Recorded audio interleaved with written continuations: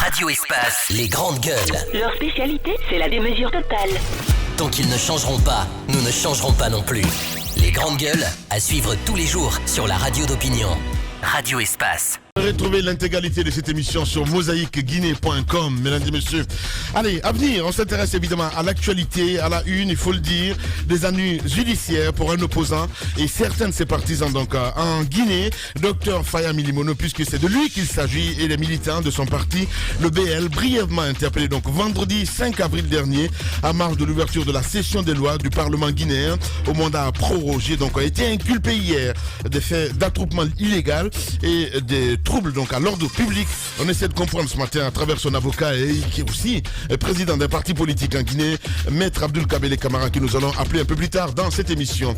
Et puis cet autre sujet, la Guinée et le débat d'une modification constitutionnelle ou d'une nouvelle constitution, alors que les tenants du pouvoir en place continuent donc de pousser dans cette voie. Ceux qui ont élaboré donc et adopté la constitution en mai 2010, donc se sont constitués en collectif à l'effet de faire barrage et d'arrayer donc toute manœuvre destinée à cracher sur le fruit de leur travail ou le remettre en cause. On a essayé de comprendre ce matin avec M. Aboubakar Dansoko, il faut le dire. Il est membre de la commission des lois du CNT, secrétaire général du collectif des membres du CNT. Donc il sera ce matin dans les grandes gueules. Le temps pour nous de jeter un coup d'œil évidemment sur vos réactions sur le 657 39 13 13, mais aussi sur Twitter entre autres. On va essayer de partir avec ce tweet de Mamadou Moustapha Bari qui nous écrit: bonjour les grandes gueules, c'est vraiment triste, hein, nous sommes devenus des vikings, on tue nos enfants ainsi que nos maris. Puis on viole sans regret, dommage. Donc c'est un auditeur évidemment qui nous interpelle ce matin sur le hashtag Espace GG. On reste dans le sillage, toujours sur le 657, cette fois-ci 39 13 13, avec des réactions des auditeurs. Beaucoup de réactions ce matin. On y va avec cette réaction qui nous parvient à l'instant T. Bonjour les grandes gueules, bonjour à toute l'équipe. Juste vous informer que les activités sont paralysées à Kamsa. Il y a 2 jours, une grève pour le rétablissement du courant, donc sera à l'origine. On reste dans le sillage avec cette autre réaction qui nous parvient sur le 657 39 13 13. Cette fois-ci c'est là Junior Condé évidemment qui nous écrit, qui dit: sous la révolution que vous n'avez pas connue, Lamine, ce psychopathe serait pendu haut et court dans le quartier où il a commis cette monstruosité pour persuader persuader les autres, dissuader veut dire, voilà c'est bien ça, pour dissuader les autres. Elle était nécessaire cette révolution malgré tout. Les Guinéens ont bien changé négativement, donc c'est là Junior qui nous envoie ce message. On va rester toujours sur Twitter cette fois-ci avec ces auditeurs très nombreux évidemment à réagir sur nos sujets ce matin. Adama de Myriam qui réagit: je suis vraiment déboussolé ce matin, abasourdi encore ce matin. Où est passé le respect, la dignité humaine? Le responsable de cet acte de barbarie sauvage doit être un exemple pour les autres. Que l'âme de l'enfant repose en paix. Ma gueule. On reste avec Boubacar D qui réagit aussi sur Twitter: il faut avoir un béton à la place du cœur pour égorger un enfant. Pourquoi que ce soit, c'est terrible. RIP. On reste avec DTS aussi qui réagit sur Twitter: bonjour les GG, à voir et à entendre ce que le Guinéen est capable de faire aujourd'hui. Donc ça pose des questions. Sommes-nous responsables de notre destin tellement que l'injustice bat son plein dans notre pays? Chris Modialo aussi qui réagit sur Twitter: bonjour les grandes gueules, ce qui se passe dans notre pays est grave. La justice a foutu le camp. Justice pour cet enfant égorgé donc de 2 ans. Concernant l'inculpation de Dr Faya Milimono, la politique est derrière ça. Amoul l'en fait. Non au 3e mandat et non à une nouvelle constitution. Donc c'est Adama de Myriam qui réagit ce matin. Bonjour les grandes gueules, je suis sidéré de voir un enfant qui pouvait devenir plus à notre pays partir de cette manière. Il faut que les enquêteurs mènent une enquête sérieuse pour situer donc les responsabilités.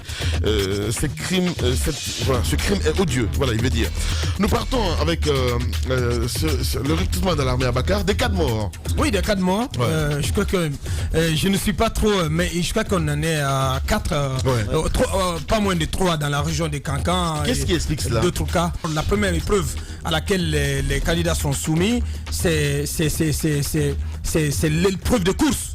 Et c'est une épreuve, c'est une course sur 6 km pour les femmes et de 8 km pour les hommes. Je ne crois pas qu'il y ait quelqu'un dans ce là qui puisse quand même affronter. Non, moi je fais le service militaire. C'est pas possible, tu ne peux pas la mine. Non. Le service militaire. 8 km. Oui. Non. Honnêtement parlant. Il me connaît très mal. Honnêtement parlant quoi. 8 km. Ben oui, mon cher Titi. On a été à Bourg. C'est quoi 8 km? Je sais ce que ça veut dire 8 km. Quand on a été tourné, c'est pas tout le monde qui a. On a fait 10 km à pied, mon cher Titi. C'est pas tout le monde qui a. Non, ça n'est pas le sujet. Non, on parle de course là. C'est moins la distance le problème que le timing. Parce qu'il faut savoir que c'est une compétition qui se joue sur 45 minutes. Donc vous avez à avaler les 8 km sur un timing de 45 minutes. Et ne pas oublier aussi que vous êtes en compétition. Il faut être parmi les premiers arrivés à atteindre la ligne d'arrivée. Donc c'est de cela qu'il est question, Lamine. Et ça pose un problème parce que beaucoup de Guinéens se sédentarisent ou sont concentrés au niveau des centres urbains, ne pratiquent pas de sport. Comme c'est ton cas, c'est le cas de Tamba également. Nous faisons le sport, Moussa et moi, tous les samedis au stade du Nongo. Il faut le savoir. Malgré ça, il a ce bide quand même. Les grandes gueules. Donc, je pense qu'il y a ce médecin, Dr Kaba, qui vous a invité justement à une marche du cœur. Vous vous rappelez, Lamine, qui a expliqué que pour soumettre les jeunes ou les candidats à ce genre d'exercice, il faut d'abord connaître leur profil cardiologique. Justement. Pour savoir qui est à même de se lancer à une telle épreuve. Et si cela n'est pas fait, donc on peut assister à ce genre de cas. Et j'écoutais justement cette interview hier que vous avez eu avec le gouverneur. Il a expliqué que le premier cas de décès qui a été enregistré à Cancan, le concerné n'était même pas allé, c'était pas dans le cadre de la course de l'épreuve. Il s'entraînait à la maison et puis voilà, il a craqué. On peut pas rire de la mort. Franchement, je suis désolé. Non, je suis désolé, mais c'est la façon. Oui, c'est ce que je dis justement. Mafoudia, vous faites du sport ou pas du tout? Je faisais, mais là je fais plus. Mais il faut que je reprenne parce que j'ai pris beaucoup de poids. Mais c'est pas le sport pour aller faire l'armée, c'est le sport pour se maintenir. Alors, ce qu'Abakar disait, c'est très important, au fait, parce que pour beaucoup de cas, on dit que ce sont des problèmes cardiaques, d'hypertension. Et justement, avant le recrutement, il y a des documents qui sont demandés. Mais vive la corruption. Parce qu'aujourd'hui, il y a des services, vous allez, on vous dit certificat de santé, je crois, si c'est l'expression. Vous n'avez même pas besoin de contre-visite, vous n'allez pas voir un médecin, mais on vous fait ça rapidement, vous donnez quelques 30 000. Mais comment on va se tromper sur qui souffre de quoi. Donc les personnes même qui y vont ne savent pas si elles souffrent de telle ou de telle maladie. Donc peut-être que ça aurait été mieux, mais c'est vrai que le nombre est énorme. S'il y avait peut-être un service au niveau de l'armée où on devait passer forcément, mais après au-delà, l'alternative c'était que de demander aux gens d'aller dans les centres de santé, faire ces tests et de revenir avec des documents valables, mais on ne l'a pas fait. Aujourd'hui on se retrouve avec de telles situations parce que quand même 8 km en 45 minutes, c'est pas donné à n'importe qui, et savoir que c'est pas cela, il y a des pompes à faire. C'est pas la marche. Il y a des pompes à faire encore, c'est pas pompe faciale ou c'est pas 15 quoi. Beaucoup de choses, c'est assez immense. Il va falloir quand même il faut tenir compte de certaines choses parce que quand on a des problèmes cardiaques ou d'hypertension, ce sont des choses qui ne tiennent pas. Il fallait pas badiner avec. Mais après au niveau du recrutement, on sait qu'il y a la falsification des documents, mais quand même on a fermé les yeux. Et malheureusement, on assiste à des situations comme ça, des jeunes qui ont des rêves, qui voulaient venir dans l'armée pour telle ou telle raison, se retrouvent aujourd'hui, meurent aujourd'hui juste en essayant de réaliser leurs rêves. C'est assez regrettable. Je pense que ce sont des choses qu'on peut corriger. Je ne sais pas les recrutements qu'il y a eu avant. C'est ma première fois de vraiment m'intéresser à un recrutement et je ne sais pas si ça s'est passé dans avant cela, mais il faut tenir compte de tout ceci, tirer les leçons du passé et éviter que de jeunes Guinéens comme ça qui n'avaient que des rêves trouvent la mort juste parce qu'ils veulent réaliser leurs rêves. Il y a pas mal de choses à faire en amont, mais c'est juste regrettable. Espérons, parce que c'est pas trop tard. Le recrutement, c'est pas fini, encore des étapes. Est-ce qu'on peut repartir de plus belle? Veiller, je sais pas, mettre des services à l'interne et faire passer tout le monde par là pour vérifier s'ils ont des problèmes ou pas, pour éviter qu'il y ait d'autres cas, parce que si ça continue, peut-être il faudra compter une vingtaine de morts d'ici la fin, parce que c'est des milliers par commune, par région et autres, c'est pas fini. Justement, en parlant de région, justement, Tamba chez vous, en Zérékoré, il y a eu au moins un mort en cas de folie en pleine course, donc 2 cas de paralysie. On nous apprend. La vie. Non mais si. C'est ce qu'on nous apprend ce matin. En course. Oui, donc le gars il est devenu fou et voilà quoi. Donc il y a eu 2 cas de paralysie en forêt, en Zéré-Corée. Mais en fait, t'es pas obligé de me rappeler que c'est chez moi en fait. Je sais que c'est chez moi. Moi je le sais. Voilà. Allez-y. Ben oui. Alors sur Les grandes gueules. c'était quand même 8 km en 45 minutes. Oui. Toi t'es encore jeune. C'est pas aisé. C'est vraiment pour l'armée. C'est vraiment pour l'armée, c'est pas Les pour grandes gueules. c'est pas pour nous les journalistes. À moins qu'il y ait un enseignement pour ça, c'est peut-être un profil particulier de journaliste en temps de guerre. Probablement pour Comme Moussa Moïse, entre autres. Les grandes gueules. Bah écoutez, donc vous voyez bien grave que quand même, hein, honnêtement c'est une épreuve. C'est une épreuve. Il n'y a même pas de com là-dessus. C'est une épreuve. Honnêtement parlant. Alors, ce qu'il y a à dire, c'est que en soi, c'est une épreuve éprouvante. Ouais. Particulièrement éprouvante pour ceux qui veulent accéder à l'armée. Ouais. Ça, c'est une première chose à dire. Et ça nous amène, bien entendu, sur ces questions que Maf évoquait tantôt. C'est vrai, mais est-ce que, en pareille circonstance, ça n'aurait pas été mieux que l'État lui-même prenne la responsabilité de ces contrôles? Justement. Parce qu'on sait que quand tu demandes à quelqu'un de t'apporter un bilan médical, aujourd'hui, ça se fabrique. Ouais. Si les gens ont pu s'acheter... Ah, c'est grave, hein, franchement, parce que on nous signale aussi, hein, excuse-moi, hein, du côté de... On dit bonjour les grandes gueules, Tamba, excuse-moi. Allez-y. Il y a eu 2 morts à Zéré-Corée, 1 à Mandiana et 2 à Cancan. Donc les médecins qui doivent effectuer donc, le test sanitaire aux jeunes doivent être poursuivis. Voilà.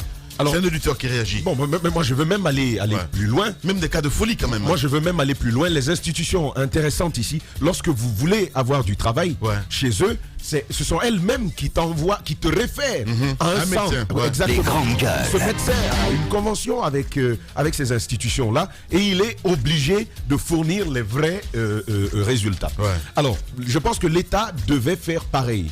Avoir des centres attitrés pour ça, pour les contrôles, à la fois sur le cœur, sur l'état de santé général, sur ce que vous savez autour du sang, tous ces examens-là, ça devait procéder comme ça. Ouais. Mais s'ils ne l'ont pas fait, je pense que c'est le moment. Ouais. Il y a encore du temps. Ouais. On vient que de commencer, on est déjà à 5 morts. Ouais. Et donc, il faut prendre quand même cette responsabilité-là, parce que j'estime que l'État est responsable du bon déroulement de ces contrôles-là, de ces exercices physiques. Parce qu'on sait que c'est éprouvant, mais pour s'assurer que ça puisse fonctionner, Abakar parlait du cardiologue qui était intervenu là-dessus, il faut que l'État ait la preuve que les grandes les déclarations qui sont faites sont conformes à la réalité. Ouais. Cela dit, la compatibilité. Cela dit, ce recrutement-là cache beaucoup d'autres... soulève beaucoup d'autres questions. Il y a pas mal de débats autour de ça. On a tous forcément entendu des... Moussa, qu'est-ce qui se passe? J'ai la gorge trouée. Bon, ben voilà. On a tous entendu que écoutez, c'est un recrutement sélectif qui bénéficierait plus à tel ou à tel. Les grandes Il y a pas gueules. mal de réserves sur ce processus. Il faut que le ministère de la Défense prenne toutes les dispositions pour qu'on ne perde pas en vie humaine, comme ça a commencé, parce que 5 morts déjà c'est trop. Il faut que des mesures soient prises justement pour voir ceux-là qui ont déclaré aptes, les personnes qui ont ainsi trouvé la mort. M'a parlé de ces médecins, mais il faut corriger la situation pour qu'il y ait des centres de référence attitrés qui soient affectés à cela. Voilà. Bien, allez-y Moussa, en plus bref. Mais il faut quand même être clair. Lorsque l'armée recrute, ce sont les moyens que l'on déploie. Des moyens financiers, mais aussi des moyens humains. On ne peut pas quand même lésiner sur ces moyens. C'est l'armée, avec les services de l'État, qui aurait dû donc chapeauter tout cela. Ça s'est passé avec la réception des dossiers de candidature, les dépôts. L'armée a travaillé avec quelle entité? Avec les mairies. La commune de Matoto, j'ai pu quand même voir le travail harassant effectué par l'équipe de Tos Camara, où les dossiers empilés allaient jusqu'à 17 000.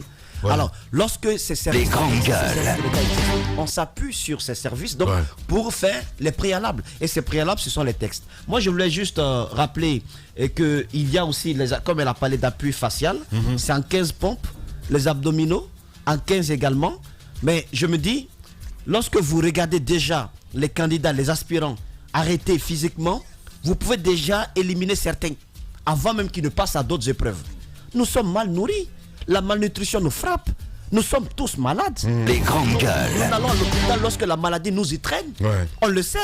Comment est-ce qu'on peut dire que le premier test à faire au sein de l'armée, ah mon frère, il faut t'apprêter, hein. Il a mairie Guy, tu vas courir sur des kilomètres. Ça ne doit pas être le premier critère d'élimination. Tu voyais des gens, il n'y avait plus de place dans la rue pour circuler à un moment donné. Tout le monde était devenu sportif, juste pour le moment du recrutement. Mais au fond, ce ne sont pas des personnes qui sont prédisposées à faire du sport. Alors, moi, je me dis, ailleurs, lorsque vous prenez, parce que je me suis renseigné par exemple sur les tests de recrutement dans la sous-région, mais également du côté de la France, vous avez des évaluations physiques, mais aussi psychotechniques, qui sont un peu le creuset de ces tests de recrutement-là.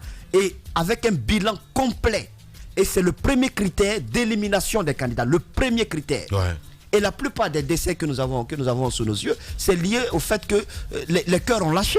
Comment est-ce que les cœurs ne vont pas lâcher si vous n'avez pas fait de bilan pour savoir s'il a des prédispositions? Il faut qu'on arrête d'amener les gens à la mort. Parce que moi, je conçois ça comme ça. Il faut qu'on arrête d'amener les gens à la mort. Ça se passe pour les tests de l'armée, mais aussi pour le Hajj. Pour le Hajj également. On dit que s'il meurt là-bas, c'est bon, mais c'est pas normal. Il faut un bilan d'abord avant que les gens y partent. Il faut qu'on arrête de miser sur le destin en cautionnant ces cas de mort. Tout homme qui fera profession de rechercher la vérité et de la dire sera toujours odieux à celui qui exercera l'autorité. Condorcet. Bienvenue chez les GG sur Radio Espace Guinée. Là, Junior qui nous envoie ce message, mon cher Moïse, voilà, lui, toujours particulier, toujours bizarre. Vous aimez les poursuites au GG, pourquoi poursuivre les pauvres médecins? Il pose la question ce matin. Même les joueurs les plus physiques, sains d'esprit et de corps, meurent en jouant au foutaise. Voilà, c'est là Junior, évidemment, voilà, qui nous envoie ce message. Même s'il ne maîtrise pas les sujets, il a toujours un mot à dire sur la Junior Condé. Allez, Titi, on parle de grève ou pas au sein de l'éducation? Je pense pour ma part que on est dans la perspective, elle est totalement plausible. Et c'est pas évident pour ma part quand le secteur éducatif échappe à une grève, que ce soit dans le pré-universitaire ou dans le supérieur. Parce qu'il faut expliquer à nos auditeurs que une éventuelle grève au niveau de l'enseignement supérieur est suspendue au traitement que le gouvernement réservera aux revendications portées par Aboubacar Souma et son groupe.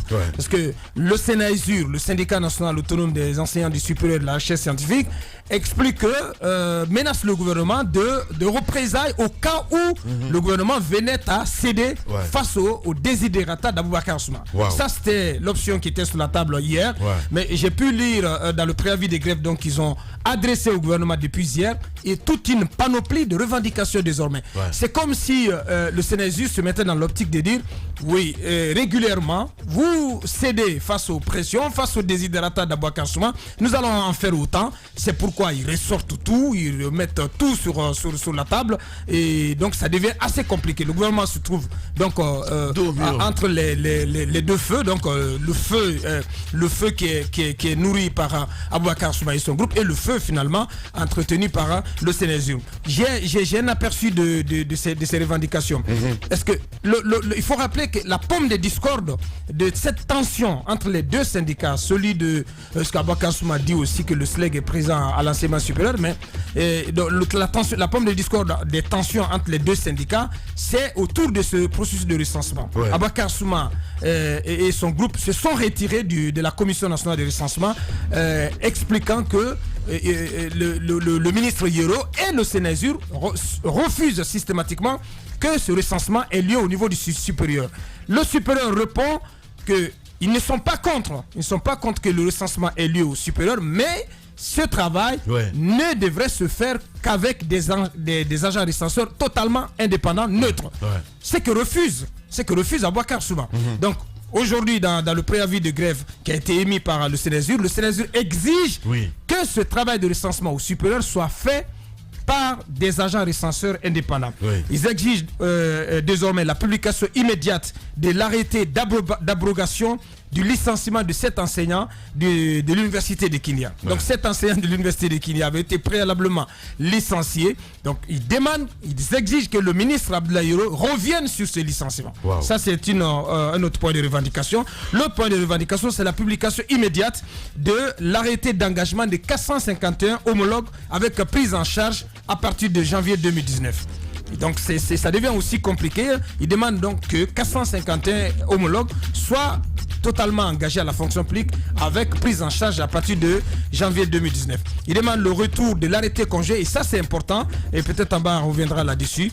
L'arrêté conjoint qui a été pris en août 2017 portant revalorisation des primes et des avantages spéciaux accordés aux enseignants-chercheurs, aux professeurs, aux maîtres de conférences, aux directeurs de recherche et maîtres assistants, mais aussi la valorisation des primes des heures supplémentaires. Il y a toute une panoplie. Là, je dis c'est extrêmement étoffé comme revendication portée désormais par le Sénazur. Justement, on peut même dire un cocktail explosif. Je suis d'accord. Voilà, allez, on va revenir dans un instant. On parlera forcément de ce sujet et d'autres sujets dans la deuxième partie. Véritable success story de la radio Espace Guinée, les grandes gueules, détentrices des meilleurs scores radio en Guinée, de la meilleure émission talk show, a donné le créneau horaire du départ au bureau et du retour à la maison, récoltant depuis des années consécutives le titre d'émission la plus écoutée en Guinée, toutes catégories confondues. Un grand total de plus de 5 millions d'auditeurs ont été fidèles au talk show Les GG, diffusé jour après jour sur toutes les stations du réseau Adafo Média de 9h à 10h30, un exploit qui restera longtemps dans les annales de la bande FM en Guinée.